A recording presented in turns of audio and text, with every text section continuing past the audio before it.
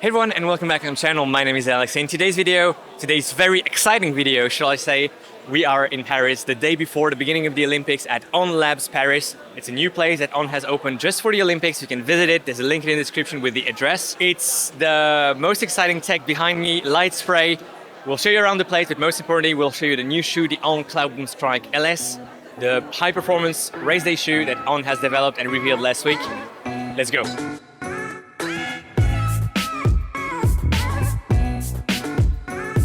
What you see behind me is the robot, the machine. It's a specific machine that is constructing the shoe in 3 minutes. Yeah, 3 minutes sounds like nothing, and it's really nothing. The shoe is literally being built as we speak.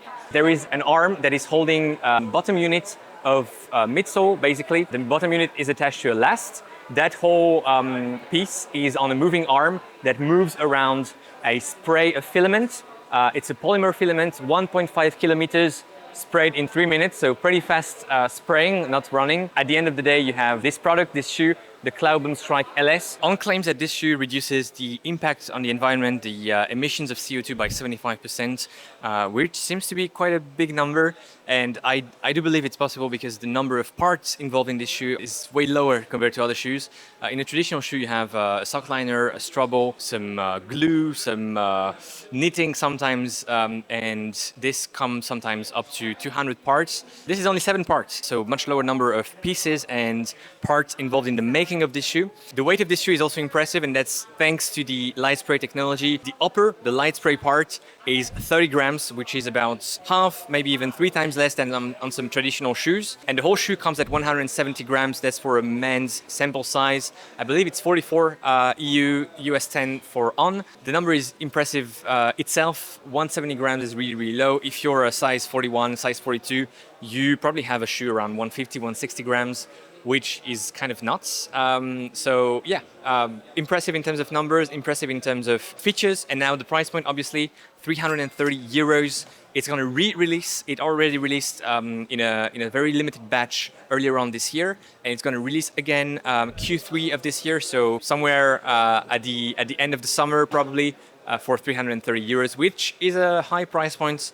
Is it justified? Is it not justified? We need to figure out testing the shoe and see if that's a reasonable price point for the performance and the durability also, which I think is important. Very interestingly, Casper Copetti, the co-founder of On, mentioned that the upper is much more durable than just one marathon. There was a nice, hint at another shoe, another brand. The upper is at least gonna last for 300 kilometers. And Niels Alstruck, the head of innovation at On, mentioned that in the prototype phase, the midsole was actually used before the upper, which again goes to show how durable and how well thought, I guess, the upper of this shoe is. Right behind me, you have the wall of history of LightSpray. These are just prototypes. Many of them were done for many different athletes just to try this concept and to make it work. The final one, this one right here, is the one that Hellen Obiri used at the Boston Marathon in 2024. She won the 2nd time in Boston that year.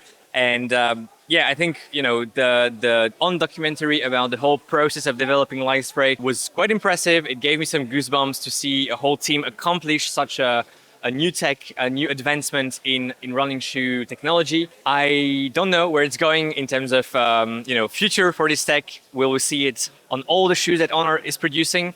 I don't know, but for that there's an expert. It's Eric, and we'll go see Eric and ask him the question. Olivier mentioned that only 10 or 12 athletes out of the 66 On athletes in the Olympics will be wearing the shoes or spikes coming with LightSpray tech. Can you maybe explain why it's so difficult maybe to roll it out in a universal fashion for 66 athletes before a major event? This was really a sprint, so a lot of the athletes only received it a couple of weeks before the Olympics. We have some athletes that are really early adopters. They're super excited about the technology. It's a great fit for them, and they immediately were confident also to try the shoes in competition. Other athletes, they're already so deep into their training with one of the other products that we provide that they were maybe a bit more hesitant to do a switch so close to this big event.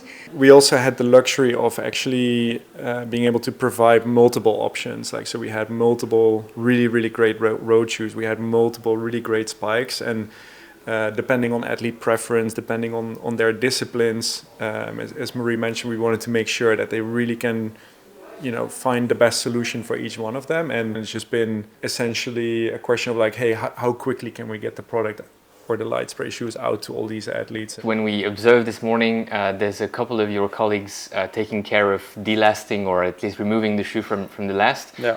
So this means we have a machine, a robot, and then 2 people. Is that less working force? Is that less human resources than on a traditional shoemaking process? Yeah.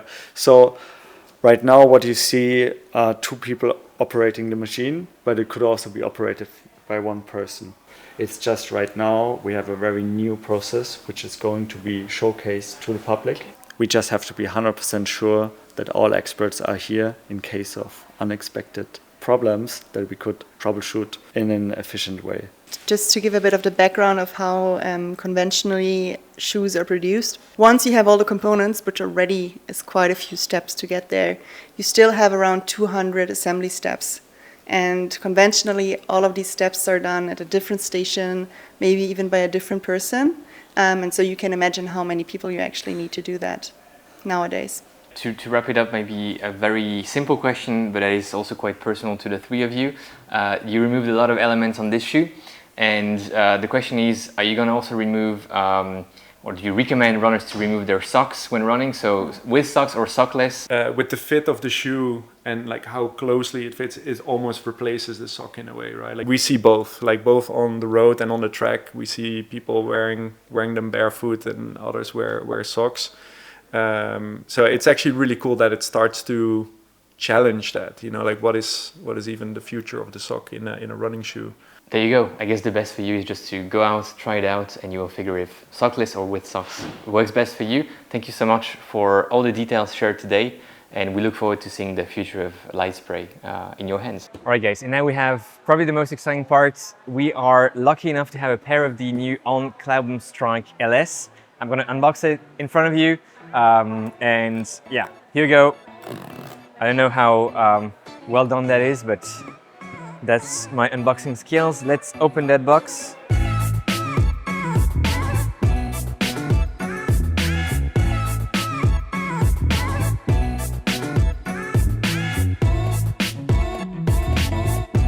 Now it's the best moment, the one where I get to put my foot for the first time in the On Cloudboom Strike LS.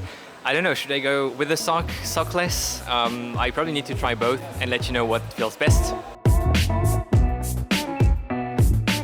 To have a direct A/B test, let's put the other one sockless and we'll figure out what feels best. Let's go for a few strides. I think that's the only way to see.